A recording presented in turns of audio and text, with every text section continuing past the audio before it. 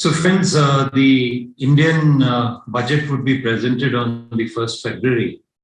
Now, there is a lot of expectation the industry has from this budget, especially since this budget comes at a very crucial time for the GDP growth of the financial year 21-22 was almost 10%.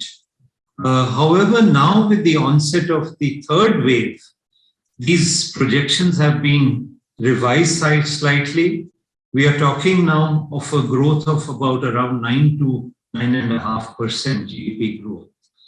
However, even if we are able to attain this figure, I think this speaks volume of the power and resilience of the Indian industry. And when we talk about manufacturing, friends, as we would come out of the second wave, for the larger picture, the Indian government wants India to become a $5 trillion economy by 2025-26. Now, in this, the manufacturing has to contribute about $1 trillion. And the GDP contribution of manufacturing presently is around 15 to 16%. And this is anticipated to increase to 25%. So now for the manufacturing to grow at about 10%, friends, it is important that the Indian MSME sector is supported. Now, MSMEs form the backbone of the Indian industry. We have something like almost more 63.3 million MSMEs in India. And 99% of these MSMEs employ less than 10 people. So the scale of operation of these MSMEs is quite small. However, the government is playing a very proactive role, and we have seen also during the pandemic the production-linked incentive schemes coming from the government, which is in the right direction to boost manufacturing. So what is important is that the budget takes care of the MSME. And one of the challenges that the MSME has been facing is credit availability.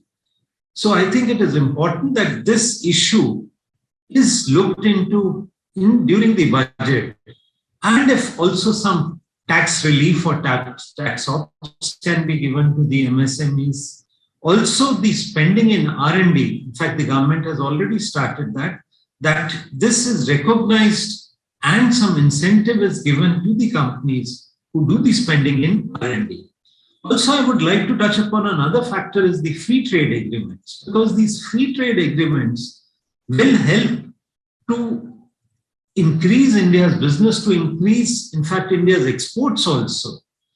And India strives to play an important role in the global value chain. And for this, it is important that India's exports increase. And what is important is not just export of any products, but we need to give the value add so that when the exports are there, we are adding value, and this enhances the value also. And I think for this, it is important that the Indian government has several free trade agreement negotiations. For example, one of the very important negotiations is the European Union-India Free Trade Agreement. And it is imperative that the discussions are again restarted, and both Europe and India should set a guideline or a timeline to close these negotiations, because this will bring, I think, immense benefit to the Indian manufacturing sector as well as to the MSMEs. I think what is important is job creation. That is very important. Demand creation, demand generation is very important.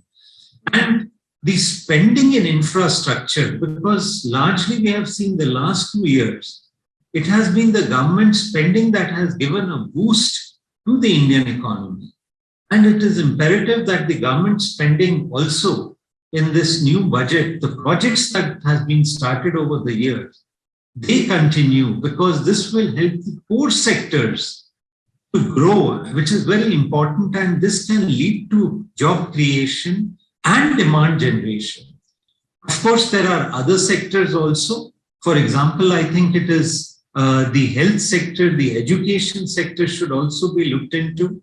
And I think especially spending in the healthcare sector should increase. It is not going to be an easy budget. The government has to play a balancing role, managing the fiscal deficit also. But I'm sure the government will rise to the occasion and the budget will give enough opportunities for this demand generation and job creation. That is so very important for India when we talk also of our demographical advantage.